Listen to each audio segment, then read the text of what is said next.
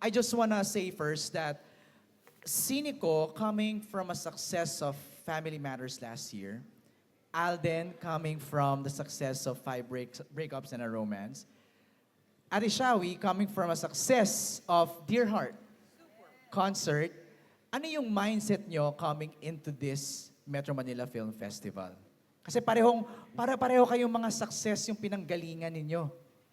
Eksakto yung question sa tingin ko, MJ. Kasi for me, it's going back to basics, to what really matters in life. It's really the people you love the most. Dito sa movie namin, we show that. And I have missed doing movies as wholesome and as heartwarming as this, na walang komplikasyon sa storya, walang dinadagdag na hindi necessary. Simple, real life, nangyayari. Nabiyuda yung mommy, 5 years old pa lang yung little boy. So silang dalawa lang magkasama habang buhay hanggang lumaki na siya. Right. So, syempre, kailangan na niyang mamuhay ng sarili. Paano na si mommy? So, yun yung, it's what happens in real life. Very relatable. So, very relatable and very well directed, very well written, and very well acted by my co-actors. Everybody had a good part, everybody had good lines, everybody's relevant and necessary in the movie. Right. Walang basta siniksek, walang ganon. May role lahat talaga. May role Significant lahat. ang role ng lahat. Alden, ikaw, coming from the success of your movie with Julia. Kasi the thing about the films I'm making this year, like Five Breakups and itong Family of Two, ang laki kasi ng nagiging effect and pagbibigay ng mind condition when you see the film ahead of time. So I hope it will be a common practice with all our films na after we make the film and after pag na-picture close na siya, let's give it to our actors na mapanood nila beforehand, before mag-start ang promo, before ng premiere night. Kasi iba yung nabibigay na confidence ng mapanood. Yes, ng mapanood mo siya ahead of time because you will have a full circle of how you can promote your film, which is what happened sa Five Breakups and now dito sa Family of Two na parang ngayon since we are given such privilege na ako kasi at the end of the day, as long as we have a good film, as long as we have a great story, I mean, the blockbuster, yes, parang ano po as long as I know that I'm part of a project that is relevant and that has a good message in it, di ba? Parang everything will follow na lang eh. Right. So, yun, sana po lahat ngayon, starting next year or this year, ipapanood po natin sa mga artista, especially to the lead actors, yung pelikula or yung proyekto bago pa man po ito makita ng ibang tao. Kasi iba po yung naibibigay sa amin. Like yung, kung ano po kami, yes, yung emotions po namin ngayon is because we have watched the film and we know we have a good film for the Metro Manila Film Festival. All right. Thank you, Alden. Direct Noel, ikaw naman. From Family Matters last year to this. Yes, actually malaking challenge for us na isipin tong kwento na to kasi ang laki ng naging impact ng Family Matters sa mga nanood.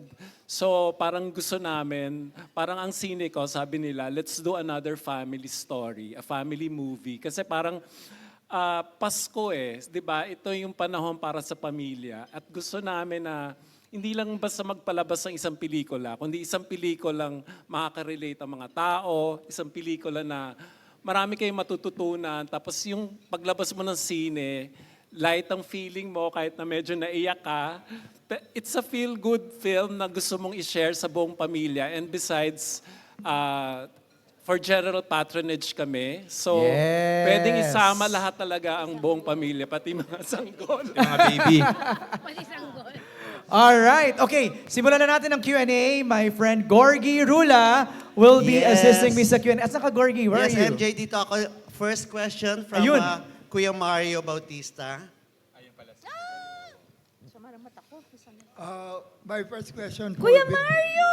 Long Hello. time! Yeah, would be for Sharon, of course. The first time that you joined the Metro Manila Film Fest was exactly 20 years ago, in 2003, with Crying 20 years Ladies. ago. Yes, Crying Ladies. Yeah, I thought you're gonna win there, the Best Actress Award, but you didn't. Si Hilda ang nanalo for Best Supporting. It's okay, I got naman the people's choice. Yeah. But then you joined again in 2006 and you won for Manopo 6, I think. Right, yeah, I won for that. A Mother's Story, which is also the story of a mother with heart evangelista, if I remember Right, na maraming problema. Yeah, so since then, this is the only time that you're joining it again after so many years. Yes. What do you think is your fighting chance in the awards night? Awards agad? Kasi nakita ko yung trailer. Tito Mario, ako na po sasagot Oh, niyan. sige. There's a Oo, scene. nakakahiya naman. There's a scene po Si Direk at si Alden na lang. in the film na sana po yun po yung markahan at tandaan ng lahat. Kasi syempre, ang hirap naman pong sagutin talaga nung question, ma. So ako na sasagot for you. May scene po doon na si Miles po pumunta sa bahay namin and and said goodbye to Mami Maricar. And then there was this scene, like 15 seconds of silence na nung nalaman ng character ni Mama yung na isa siya sa reason kung ba't hindi makasama si Mateo po kay Sari. That scene parang hanggang ngayon hindi ko pa rin siya makalimutan. Yun ang favorite scene ko. Hindi nga eksena ko po eh. Yun yung favorite scene ko kasi from nothing direct no, from a smiling parang accommodating emotion, all of a sudden, nakita po yung switch ng walang cut.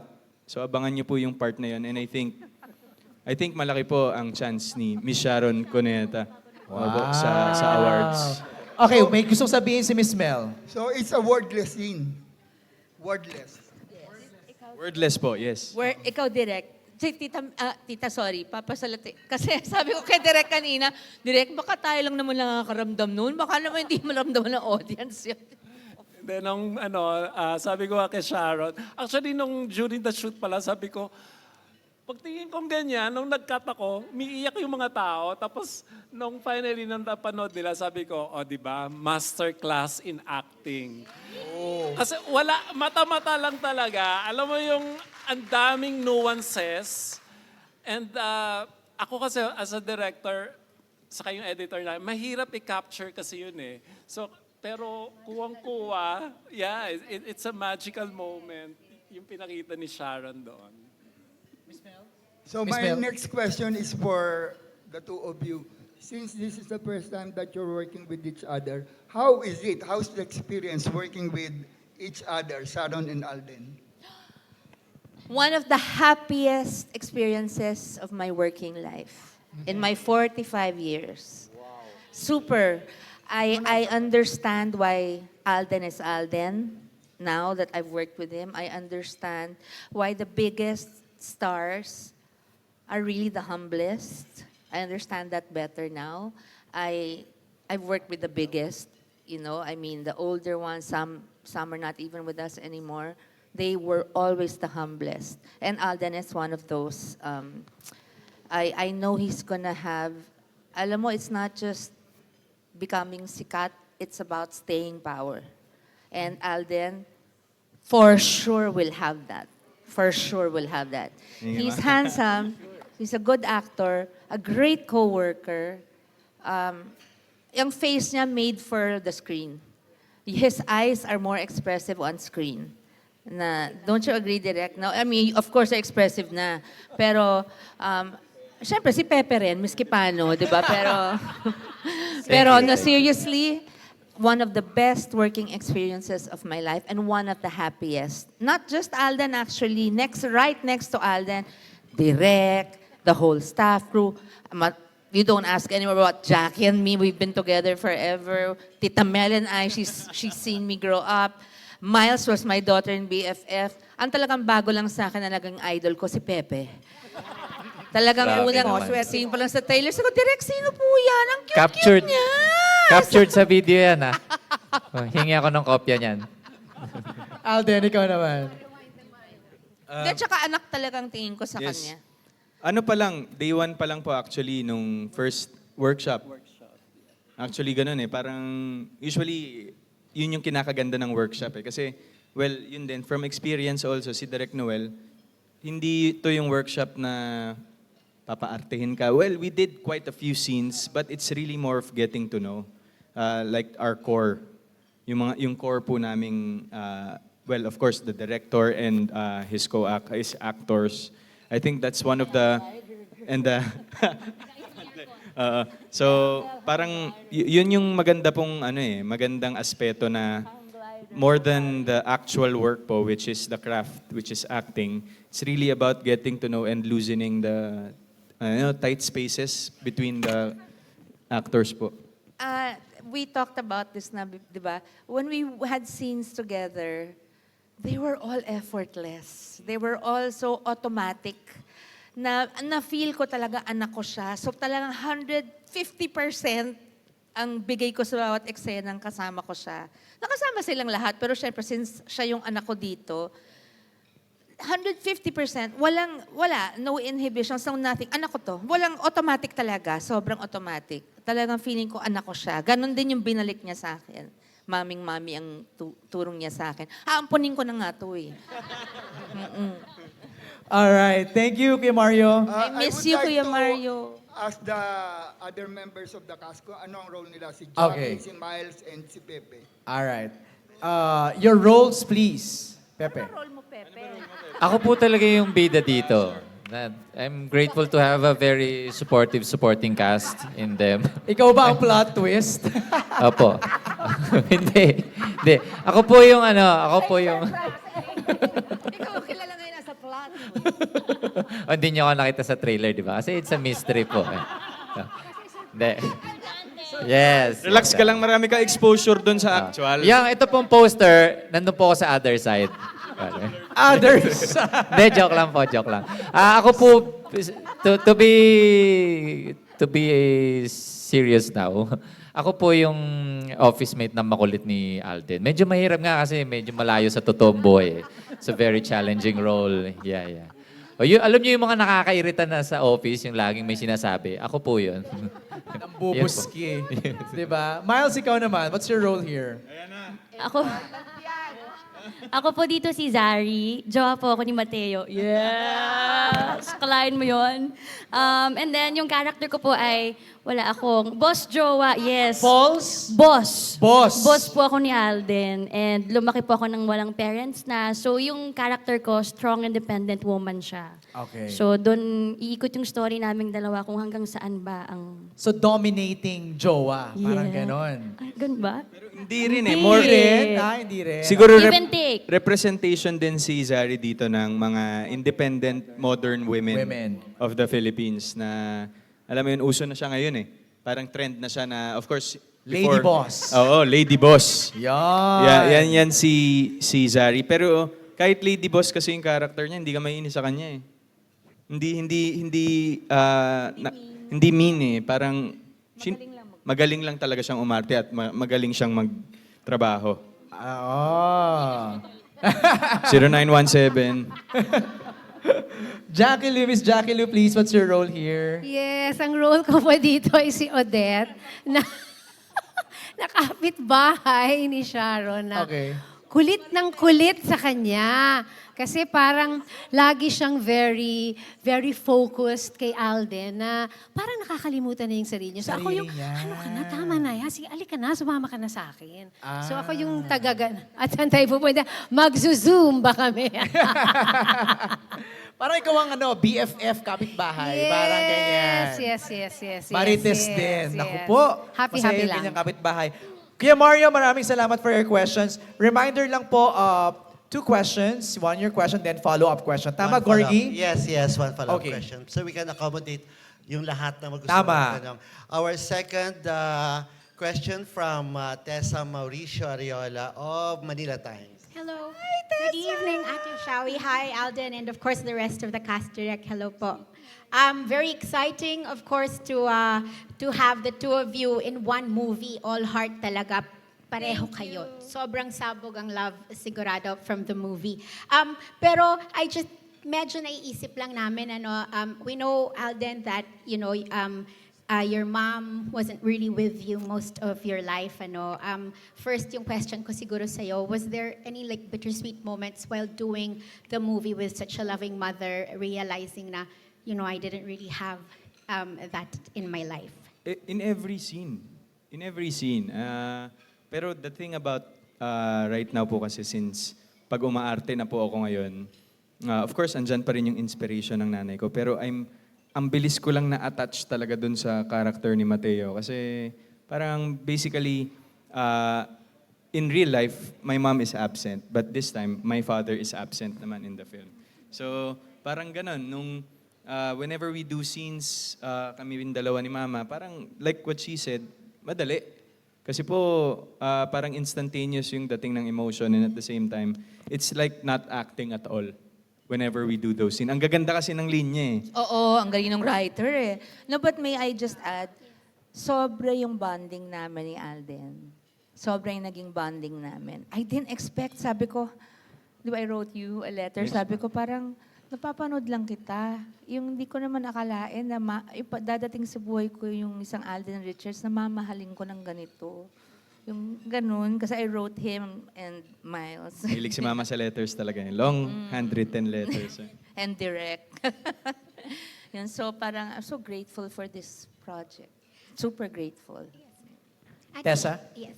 Oh, just pwede pang one more, diba? Go ahead. Thank you. Ate, shall we, with you naman, you know that this MMFF, of course, is very, very star-studded. And we asked the same question of course, Ate Vilmanian din kayo before, diba?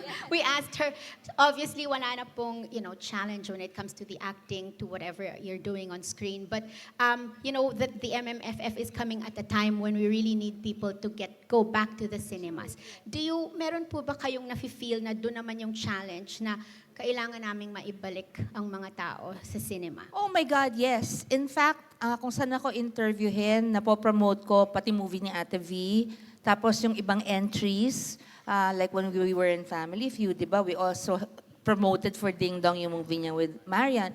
Kasi it's a family. Showbiz, the Philippine showbiz industry is really a big family, one big family. When it becomes weak, it affects all of us. So when a movie is a hit like Alden's last movie, it gives us all, parang we get a shot of vitamins, vitamin whatever on our arm na parang it inspires us more and it gives us more hope, a bit more hope to, just push forward and keep making movies because we still have an audience for our very own. And the thing about the Filipino audience, I have learned growing up in this industry, is that they will always fall in love with, I am a K-drama fan, you will fall in love with foreign singers, but you always, always, always go back to your very own. You'll always look out for your own. You'll always just love and adore your very own favorites, your homegrown favorites. That is, over history, that is a tried and tested thing. So now that there are such good entries in the Film Fest this year, it gives us more excitement, gives us more hope. Siyempre, we hope that our movie becomes #1. But, who's gonna get hurt if Ate V's movie becomes #1? As long as people are coming into the theaters and watching us, that's what matters to us. Very excited because they're all great entries. Tsaka iba-iba yung tema. Iba-iba yung tema. And at the same time, we're also confident about our movie because it is very simple, and the beauty of our movie is in its simplicity. I'm sorry, oh my God, it's like Dear Heart. It's like Dear Heart, my first movie. It's like truth, beauty, simplicity. So I find those three things in this movie as well. That's why I said I've missed making movies like this. People that I grew up with, sila Kuya Mario, again, they know that. It's like going back to that, but at a different age na. So I'm very excited for it. I am so in love with this project. And just a bit of trivia, it fell on our laps. We were focused, Alden was focused on other movies, Miles had other projects, Jackie, I'm sure Tita Mel also, and Direct. And it just came, pluk, out of the blue, there's an offer for you from Cineco. Okay, what's the background? They did Family Matters. Oh, great. The director's Noel Naval. I've never worked with Direct Noel, but Family Matters, okay. That's a good movie. And okay, blah, blah, blah. And when they said Alden Richards and the script was by Tita Mel, for me, that was no question. I didn't have to read this. I didn't have to read the script, just know the story. I knew it was going to be handled by a master in writing, and having heard about Family Matters before seeing it, I knew it was going to be directed by someone who knew what he was doing, who later turned out to be a master. Yung pinag-uusapan namin ni Alden lagi. Direct Noel is so simple. He's parang kala mo, dead mo lang. But the minute, sobrang bait kasi, but the minute he gives you instructions, directions, he knows exactly what he's doing. And that comes from someone who's worked with the best. You know, parang, this was God-given, this project.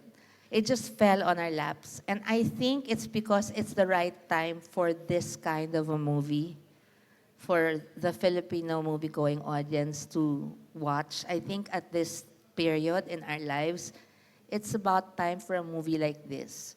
Like Family Matters, but may I say better? Sorry. Siyempre, kami to. Okay. Yeah, so I'm just so proud of it. It has that vibe. So it's a feel-good movie. Mapagmalaki ko lang direct yung kwento mo, yung nanood yung bookers. Ako na lang? Hindi, bawal ba? O basta yung mga nakanood, kahit lalaki, pumapalakpak at umiiyak. Kasi it's a kind of movie na you're smiling, tapos magugulat ka kasi tumutuloy yung luha mo, di mo alam bakit. And then you go out, it's a feel-good movie. And parang after you watch, you're going to visit your mom or your dad. Yeah. All right. Tessa, thank you very much.